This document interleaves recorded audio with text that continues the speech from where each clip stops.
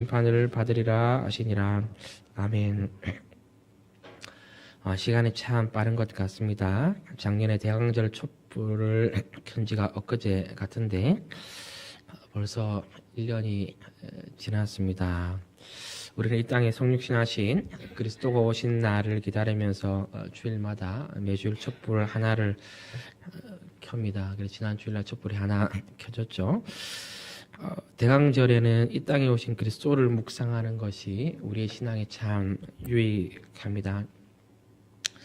우리가 매주일 오후 예배 때마다 웨스민스터 신앙고백서를 배우고 있습니다. 이 신앙고백서와 함께 웨스민스터 대소요리 문답이 있습니다. 신앙고백서를 잘 가르치기 위해서 만든 거죠.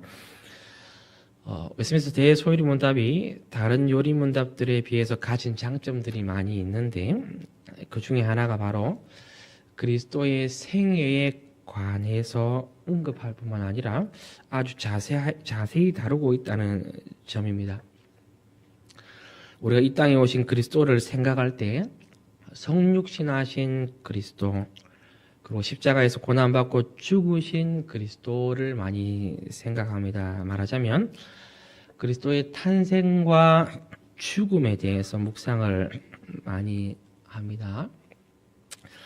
실제로 사도신경을 포함해서 우리가 익히 잘 아는 하이델베르크 요리문답뿐만 아니라 종교개혁 시기에 만들어졌던 수많은 요리문답들도 그리스도를 말할 때 탄생과 죽음에 초점을 맞춥니다. 그러니까 그리스도의 생애에 관한 내용들은 없는 거예요. 그 요리문답 사도신경에도.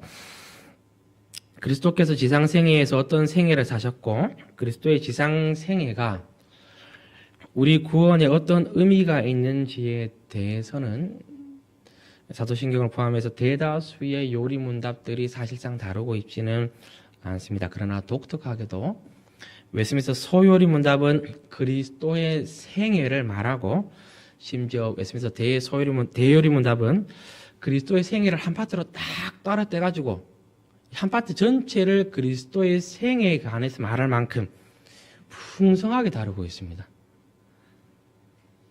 그리스도의 생애가 우리에게 그만큼 중요하다는 거죠. 대강절에 우리는 그리스도의 탄생과 죽음에 대해서 묵상할 뿐만 아니라 지금도 하늘에서 여전히 우리를 위하여 중보하시는 그리스도를 묵상해야 되고, 더 나아가서 그 하늘, 거기로부터 살아있는 자와 죽은 자를 다시 심판하러 오시는 미래의 그리스도를 묵상해야 되고, 더 나아가서 그리스도께서 하늘로 올라가신 것은 우리가 있을 터를 마련하기 위해서죠. 즉 그리스도께서 마련하신 천국에 대한 묵상도 해야 될 뿐만 아니라, 더 나아가서 대강절에 우리는 예수 그리스도께서 지상생애 동안 사셨던 그리스도의 삶, 그리스도의 생애에 대해서도 깊이 묵상해야 합니다. 이것을 위해서는 사복음서를 찬찬히 읽는 것이 도움이 많이 될 겁니다. 사복음서 자체가 그리스도의 탄생과 죽음뿐만 아니라 생애를 풍성히 다루고 있기 때문입니다. 계속해서 누가복음을 설교하고 있는데, 말하자면 그리스도의 생애, 그리스도께서 지상생애 동안 어떤 삶을 사셨는지를 다루고 있습니다. 오늘 본문을 통해 그리스도의 생애에 나타난 우리 구원에 대한 유익을 많이 누려보시기를 바랍니다. 41절에 보시면 예수께서 그들에게 이르시되 사람들이 어찌하여 라고 하면서 예수님께서 그들에게 한 가지 질문을 하십니다. 여러분, 여기 그들은 누구일까요? 앞서 예수님께서는 사두개인들의 시험적인 질문에 답을 하셨습니다. 지난 본문이었죠. 사두개인들은 초현실주의자들로서 내세와 부활과 같이 눈에 보이지 않는 것들은 믿지 않았습니다. 그래서 모세오경, 즉 성경을 근거로 내세와 부활을 인정하면 성경이 모순에 빠진다 라는 것을 성경을 근거로 예수님께 시험적인 질문을 한 거예요. 형사치수제도에 관해서 질문을 한 거죠. 하지만 예수님은 그것은 너희들이 성경도 하나님의 능력도 오해한 결과라, 즉 하나님도 모르고 성경 해석도 틀린 것이다 라고 하신 이후에 동일한 그 모세오경 즉 신명기 말씀으로 내세와 부활이 있다는 것을 증명하셨습니다. 예수님의 이 증명에 40절에 보시면 지난 본문 마지막이죠. 그들은 아무것도 감히 더 물을 수 없음이더라고 하면서 예수님이 증명하시자 이 사두개인들이 입이 탁 닫힌 거예요. 그리고 오늘 본문이 나옵니다. 41절. 그런데 여러분 41절의 이 그들은 사두개인들이 아닙니다. 예수님께서 질문하신 그들은 40절의 사두개인, 입을 닫은 사두개인들이 아니라 39절의 서기관들을 가리킵니다. 병행 본문이 마태복음을 보면 더 분명하게 표현되어 있습니다. 바리새인들, 서기관들은 바리새인들이었거든요. 39절을 보시면 서기관 중 어떤 이들이 말하되 선생님 잘 말씀하셨나이다 하니, 사두개인들과 서기관들은 오랜 시간 동안 내세와 부활에 대해서 토론하고 논쟁하였습니다. 하지만 이 논쟁은 끝이 없었습니다. 항상 팽팽한 긴장감 속에서 대치하는 가운데, 평행선을 달리는 가운데 이 논쟁이 끝난 거예요. 사두개인과 바리새인들은. 그런 와중에 예수님께서 성경을 통해 내세와 부활이 있다는 것을 증명하시고 심지어 사두개인들의 입을 확 닫아버렸습니다. 그동안 바리새인들, 서기관들이 그렇게 하고 싶었는데 한 번도 하지 못했는데 예수님께서 성경을 통해서 그들의 입을 확 닫아버린 거예요. 이것은 서기관들의 입장에서 아주 통쾌한 일이 아닐 수 없습니다. 서기관들의 입장에서 그동안 예수님의 행보와 가르침은 여러 지점에 있어서 문제가 있었고, 서기관들 입장에서 예수님의 행보와 가르침은 여러 지점에 있어서 거슬렸지만, 그러나 바로 여기 이 지점만큼, 즉 내세와 부활에 관한 교리만큼은 신앙 고백이 일치하는 거예요. 그래서 그들은 예수님에게 선생님 참 잘 말씀하셨습니다, 흐뭇해하고 있습니다. 예수님은 이처럼 나도 당신의 교리에 동의합니다. 당신과 우리는 여러 점에서 많은 게 다르지만 이 지점만큼은 일치하군요. 나도 당신의 그 교리에 동의합니다 라고 말하고 있는 그 서기관들에게 한 가지 질문을 하십니다. 41절을 보시면요, 예수께서 그들에게 이르시되 사람들이 어찌하여 그리스도를 다윗의 자손이라 하느냐. 이스라엘 백성들은 그리스도, 즉 메시아를 다윗의 자손이라고 불렀습니다. 왜냐하면 구약 성경이, 선지자들이 메시아를 다윗의 자손으로 예언했거든요. 그런데 예수님께서 엉뚱하게도 사람들이 왜 그리스도를 다윗의 자손이라고 부르냐고 묻습니다. 왜냐하면 이 서기관들은 그리스도를 다윗이라고 하는 한 혈육에서 나온 단지 한 인간의 자손, 즉 인간으로서만 봤기 때문입니다. 이 서기관들을 비롯해서 대다수의 이스라엘 백성들은 메시아를 단지 한 인간이라고만 생각한 거예요. 그런 의미에서 다윗의 자손이라고 이해를 하고 있는 겁니다. 그래서 예수님께서 묻는 겁니다. 44절에 그런즉 다윗이 그리스도를 주라 칭하였으니 어찌 그의 자손이 되겠느냐. 그리스도는 다윗의 자손으로 오시는데 다윗은 그 그리스도를 주라 칭했습니다. 이게 무슨 일이라는 거예요? 다윗이 그 아들의 아들에게 나의 주님이라 칭했다. 아들에게 나의 주님이라 칭한 게 이 말이 안 된다는 거예요. 그래서 예수님께서 그들에게 묻는 겁니다.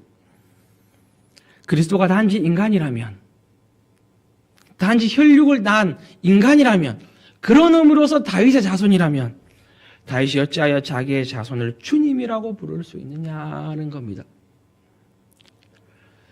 여러분, 여기에 성육신의 신비가 있습니다. 성육신은 성자 하나님께서 성육신하셔서 참 사람 되신 사건입니다.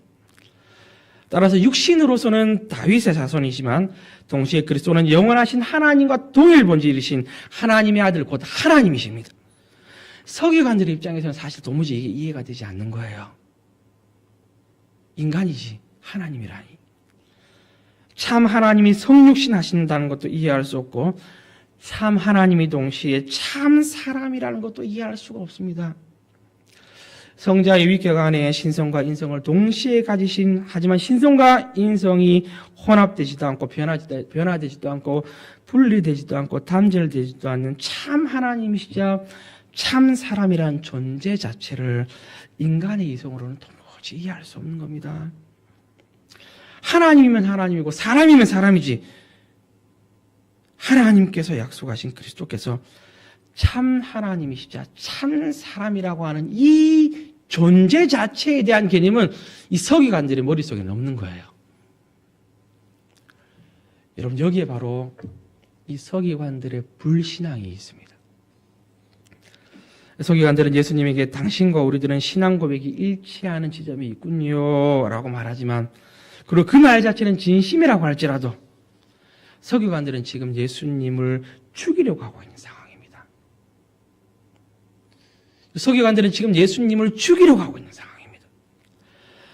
일전에 그들은 예수님을 향하여 바울세부를 힘입어 귀신을 쫓아내는 사탄의 수하라고 얘기했고, 죄를 사하시는 예수님을 보고 신성모독자라고 하면서 정죄하고 비난하고 예수님을 죽이려고 하고, 더 나아가서 그리스도께서 전하시는 그 복음을 죽이려 하고 있습니다. 서기관들이 예수님과 아무리 부분적인 신앙의 일치를 가졌다고 할지라도 그들이 예수가 그리스도라는 진리를 인정하지 않는 한 서기관들과 예수님은 한 배를 탈 수 없다는 것을 예수님이 지금 말씀하고 있는 겁니다. 아니, 서기관들이 예수가 그리스도라는 진리를 불신하는 한 그 불신앙으로부터 모든 죄들이 지금 다 파생되고 있다는 것을 들추어내고 계시는 겁니다. 그들이 예수님을 죽이려고 하는 이 모든 죄들은 예수님이 참 사람이자 동시에 참 하나님이라고 하는 그 메시아, 즉 그리스도에 대한 무지로부터 나오게 되었다는 것을 이야기를 하고 있는 겁니다. 불신앙으로부터 모든 죄들이 나온다는 것을 이야기하고 있습니다.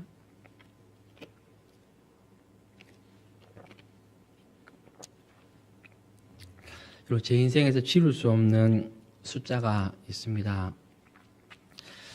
1.86 그리고 1.56입니다. 프로야구 선수 A급 투수의 방어율이 아니라 제가 신학대학원 1학년 1학기 2학기 성적표입니다.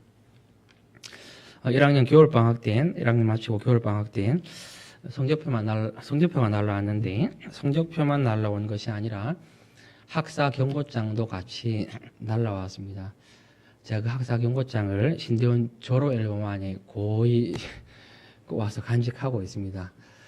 나중에 우리 아이들이 크면 보여주려고 합니다. 그때는 신실하게만 하면 되는 줄 알았습니다. 그래서 성경을 많이 읽고 기도를 많이 했습니다. 제가 신대원, 우리 여기 신학생들이 있죠. 제가 신대원 가기 전에 하루에 기도를 3시간씩 했습니다. 거짓말 하는 게 아닙니다. 하루에 기도를 3시간씩 했고, 성경도 얼마나 많이 읽었는지를 모릅니다. 신대원 때 저는 사실 신대원 입학시험을 거의 준비 안 하고 갔는데, 성경을 하나인가 2개 틀렸습니다. 그리고 영어도 이제 1개인가 이렇게 틀렸는데, 이걸 그 당시에 이제 면접을 보셨던 김성원 교수님께서 직접 얘기해 주신 거예요. 공부를 하나도 안 했어요, 성경을. 하나도 안 했다는 그렇고 거의 안 했는데, 왜냐면 성경만 계속 읽었거든요.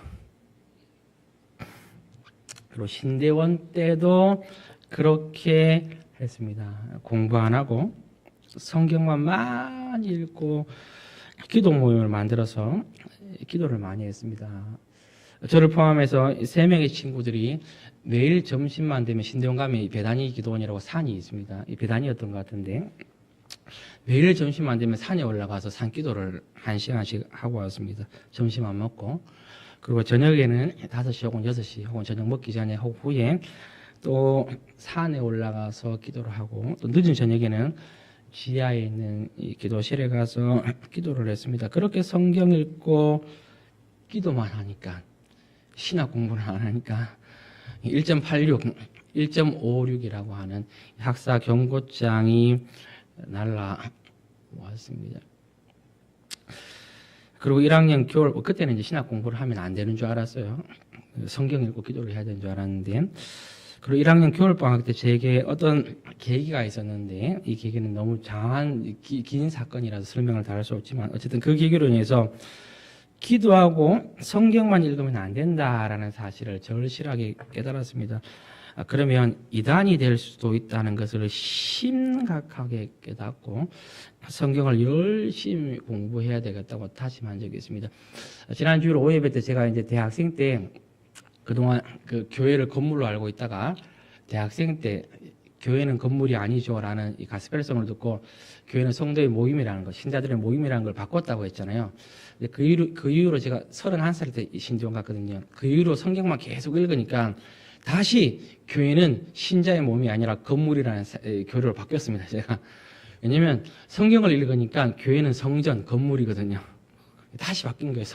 성경만 읽어서 그렇습니다. 그래서 심각하게 이단이 될 수도 있다는 것을 심각하게 깨닫고 신학 공부를 열심히 해야겠다고 다짐한 적이 1학년 겨울방학 때였습니다. 그래서 그때 합신에 이승구 교수님이 쓰신 사도신경 해설서를 밑줄 치고 유학하면서 아주 꼼꼼하게 여러 번 읽었던 기억이 있습니다. 그때 제가 이제 31살, 32살 넘어가는 시점인데 제 평생에 저는 공부를 잘 안 했기 때문에 28살 때 1년 동안 영어 공부를 한 거 말고는 공부를 해본 기억이 없어요.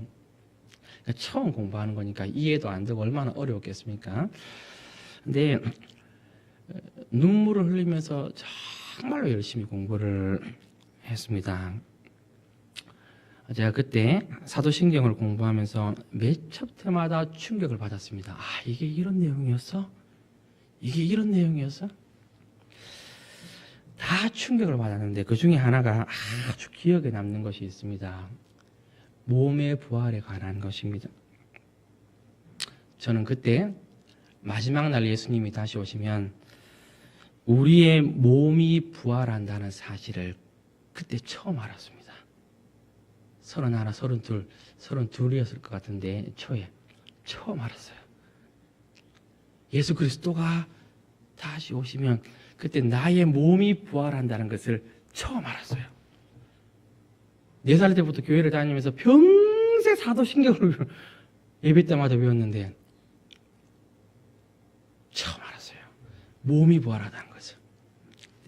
그러면서 이어지는 생각이 딱 하나 있는 것은 뭐냐면 그 당시 이제 제가 울산에서 전도서 사역하고 있었는데 우리 교인들도 마찬가지일 수 있겠다 이런 생각했습니다. 우리 교인들도 어쩌면 몸이 부활한다는 사실을 모르는 성도들이 더러 있을 수 있겠다 이런 생각했습니다. 당시 제가 이제 유치부와 초등부 또 중고등부도 맡고 있었는데 유치부와 초등부 교사들을 불러 모았어요. 학부모도 불러 모아서 이제부터 사도신경을 공부해야 된다고 강제로 불러 모으면서 이승구 교수님 교재를 가지고 차근차근 이제 성경 공부를 했습니다. 그리고 몸의 부활과 관한 내용이 나왔을 때 질문을 했습니다. 여러분들 마지막 날 우리가 부활할 것을 믿습니까? 그러면 무엇이 부활합니까? 라는 질문에 충격적이게도 그 교사 중에 한 분이 부활이요? 마지막 날 우리가 부활한다고요? 그런 것도 있어요. 이렇게 얘기했습니다. 그분은 부활 자체는 몰라요. 그리고 거기에 모였던 이 5명인가 6명이었는데 한 명도 빠짐없이 몸이 부활한다는 사실을 아무도 몰랐습니다. 그 교회는 매일 저녁 9시 기도회가 있었습니다. 1학년 때 제가 기도를 좋아했기 때문에 그 9시 기도회가 너무 좋았어요. 매일 저녁 9시 기도회가 있었는데 그 교사들이 매일 저녁 9시 기도회에 다 참석했어요. 새벽 기도회도 다, 한 명 빼고 다 참석했어요. 그리고 화요일 전도대도 그분들과 같이 나갔고 매주 수요 기도회, 금요 기도회도 다 참석했습니다. 그리고 심지어 그들 중에는 주로 예배 때 찬양팀 하는 사람, 저녁 예배인데 찬양팀 하는 사람도 있었고 그들 전부 다가 지금 교사로 앉아 있어요. 아무도 몸이 부활한다는 사실을 모릅니다.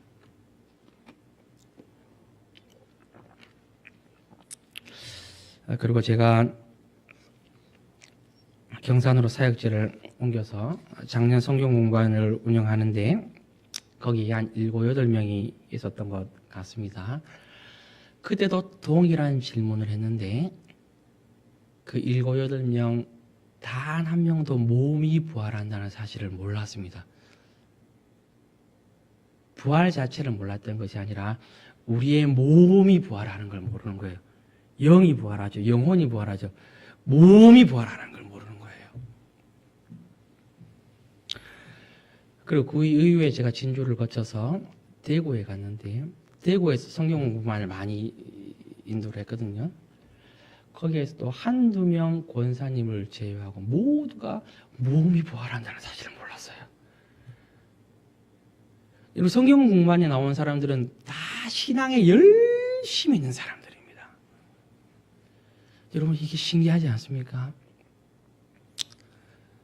제가 우리 교회 와서 이 대학교의 성도들에게는 묻지는 않았지만 이 고신대 신학과 기독교 교육과 학생들이 모여있는 그 자리에서 한 10명 정도 모여있는 그 자리에서 그 학생들에게 부활에 대해서 동일하게 질문했는데 거기서 한두 명이 몸이 부활한다는 사실을 몰랐습니다. 그 친구가 이번에 신대원에 합격해서 신대원에 갑니다. 저보다는 좀 빨리 알았죠. 전 신대원이 2학년 올라갈 때 알았는데 그 친구 신대원 가기 전에 알았으니까. 이 사람들은 다 열심히 있는 사람들이에요. 심지어 저처럼 신학을 하는 사람들도 있어요.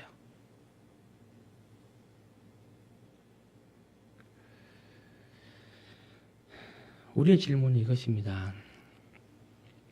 도대체 무엇을 믿는가입니다. 우리는 도대체 무엇을 믿는가입니다. 그렇게 열심히 교회에서 일하고 봉사할 정도로 열심인데 도대체 우리는 무엇을 믿으면서 봉사하고 열심히 하고 있는가? 여러분, 사두개인들은 부활과 내세를 믿지 않습니다. 그런데 잘 생각해 보시면 예수님 당시의 대제사장은 사두개인이었어요. 이스라엘 종교의 최고 지도자가 사두개인이었어요. 근데 그 사두개인이 몸의 부활을 믿지 않습니다.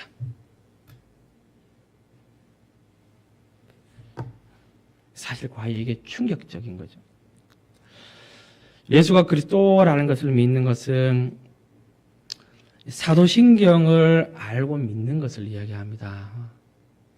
그런데 예수가 그리스도라는 것을 몰라도 예수가 그리스도라는 걸 몰라도 열심히 할 수 있습니다. 서기관들이 그렇게 하고 있는 거예요. 서기관들이. 그들은 예수가 그리스도라는 걸 몰라도 아주 열심히 구약의 교회, 이스라엘 교회를 위하여 열심히 하고 있습니다.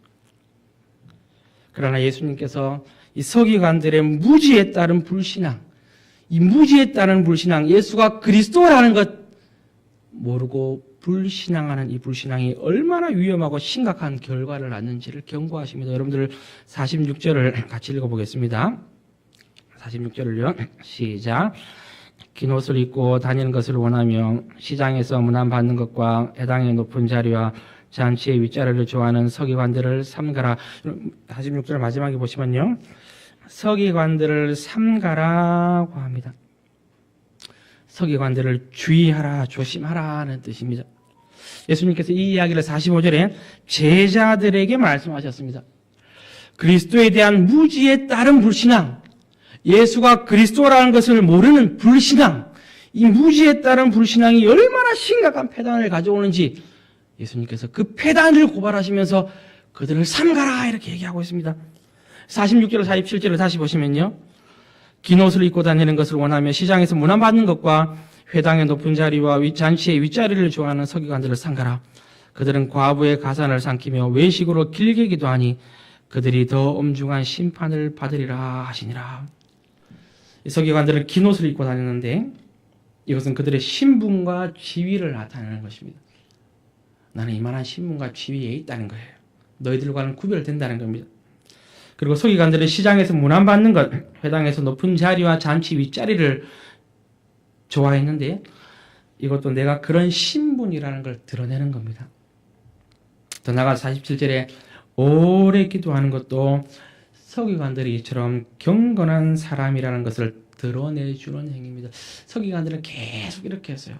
내가 서기관이야. 나는 이와 같은 경건한 사람이야. 라는 것을 계속 드러냈습니다.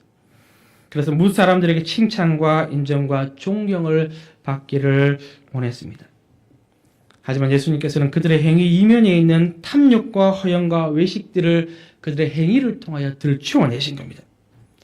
서기관들은 사람들에게 자신의 지위와 경건을 드러내는 것으로 좋아했지만 예수님은 그들의 지위와 경건의 모양 이면에 있는 죄악성을 드러내신 거예요. 더 나아가서 이 무사람들의 인정과 존경을 받는 그들의 내면의 죄악성이 얼마나 잔인한지 그 잔인함도 드러내졌습니다. 47절에 보시면요. 그들은 과부의 가산을 삼키며 외식으로 길게기도 한다 했습니다. 제 스스로는 먹고 살 길이 하나도 없는 과부의 가산을 삼키는 일은 잔인한 일 중에 잔인한 일입니다. 그런데 그 잔인함이 무사람들의 칭찬과 인정과 존경을 받는 서기관들의 내면이라는 것을 드러내는 겁니다. 그들의 모든 행위 속에는 사람들의 인정과 칭찬을 받기 위한 죄악성이 있고 이 죄악성으로부터 그 잔인함이 나타났다는 것을 드러내는 겁니다. 이 모든 일들은 그리스도에 대한 무지에 따른 불신앙으로부터 나왔다는 것을 보여주고 있는 거예요. 그리스도에 대한 무지에 따른 불신앙이 얼마나 위험한지를 경고하시는 겁니다. 그리스도를 바르게 알지 못한 채 열심을 내는 것이 그 내면의 탐욕과 형심을 넘어서 잔인함이 가득하다는 것을 보여주시는 겁니다. 그리스도에 대한 무지로부터 불신앙이 나오고 그 불신앙으로부터 이와 같은 불경건이 나온다는 것을 드러내 주시는 겁니다, 여러분들.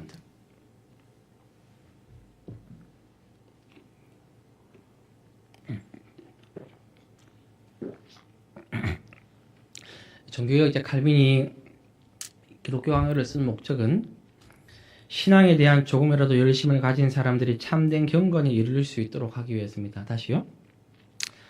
신앙에 대한 조금이라도 열심을 가진 사람들이 참된 경건에 이를 수 있도록 하기 위해서 기독교 강요를 썼습니다. 참된 경건이 목적이에요. 그러면서 칼빈이 기독교 강요를 시작하면서 인간의 지혜에 대한 모든 요청은 두 부분으로 이루어져 있는데 하나님을 아는 지식과 인간을 아는 지식이라고 했습니다. 그리고 칼빈은 하나님을 아는 지식 그리고 인간을 아는 지식 이것이 믿음이라고 했어요. 믿음은 하나님을 아는 지식과 인간을 아는 지식이에요. 더 나아가서 하나님을 바르게 알고 인간을 바르게 할 때 참된 경건에 이를 수 있다고 이야기를 한 겁니다. 기독교 강요를 쓴 목적은 조금이라도 신앙에 관심 있는 사람이 참된 경건에 이를 수 있도록 하는 것인데 그 참된 경건에 이르기 위해서는 하나님을 바르게 알고 인간을 바르게 알아야 된다는 거예요. 하나님이 얼마나 선하고 지혜롭고 거룩하고 공의로운 분인지 알고 더 나아가서 인간이 그 하나님을 떠나서 얼마나 죄와 타락 가운데 비참한 존재인지를 알 때 비로소 참된 경건에 이를 수 있다는 거예요. 그러면서 칼빈이 독자들을 안내하는 것은 뭐냐면 즉 하나님을 아는 지식과 인간을 아는 지식 참된 경건을 위해서 칼빈이 독자들을 안내하는 것이 어디냐면 그리스도에 대한 지식입니다. 왜냐하면 우리는 그리스도 안에서 하나님을 바르게 알고 그리스도 안에서 우리의 죄와 비참함을 바르게 알기 때문입니다. 그리고 그 그리스도에 대한 지식에 대한 해설로 사도신경을 쭉 설명하고 있어요. 이게 기독교 강요입니다.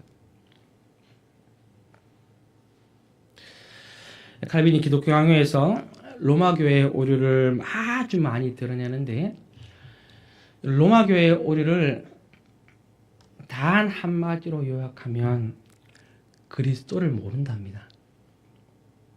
로마 교회는 그리스도를 바르게 모른답니다.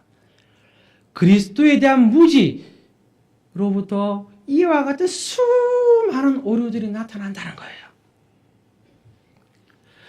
그리스도에 대한 무지에 따른 불신앙이 얼마나 심각한 폐해를 가져오는지 교회 역사를 통해서 쭉 훑으면서 부분적으로 칼빈이 설명하기도 합니다.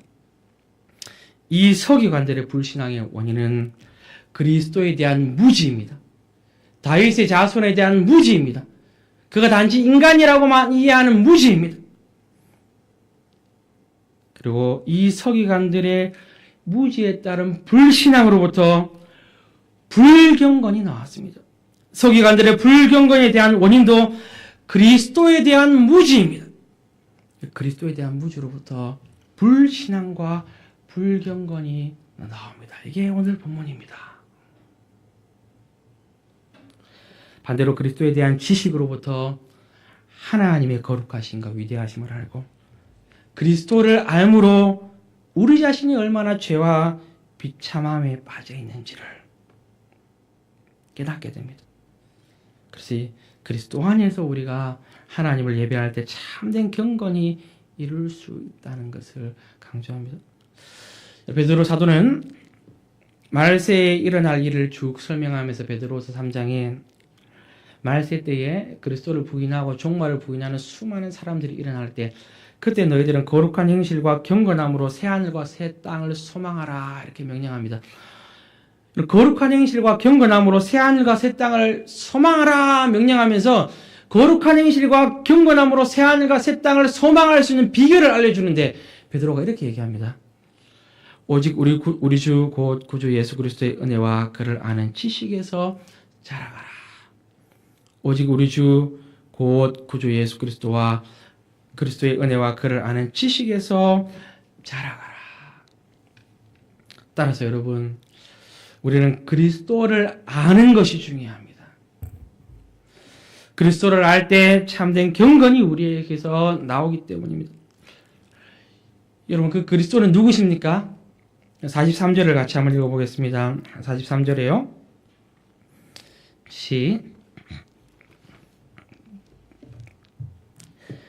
시작.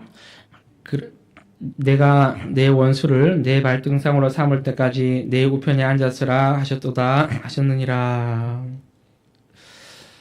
여기 그리스도는 하나님 보좌 우편에서 모든 원수들을 정복하시고 자기 백성들을 거룩하게 하시는 절대 주권자이십니다.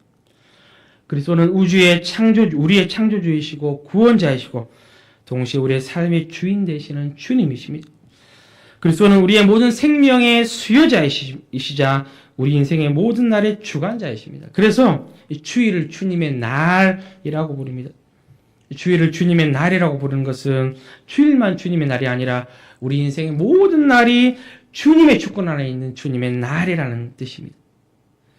그리스도는 우리의 가정의 주인이시자 교회의 머리이시자 온 우주의 왕이십니다. 따라서 우리 모두는 그 그리스도 앞에 머리를 숙여야 한다. 이게 오늘 본문이에요. 그 주권자이신 그리스도 앞에 우리 모두는 우리의 가정의 주인은 그리스도시요 교회의 머리는 그리스도이시요 온 우주의 머리는 왕은 그리스도이시고 그리고 그 그리스도를 신앙할 때 참된 경건이 나오고 그리스도의 무지에 따른 불신앙으로부터 불경건이 나온다는 것이 오늘 본문의 핵심입니다. 찬송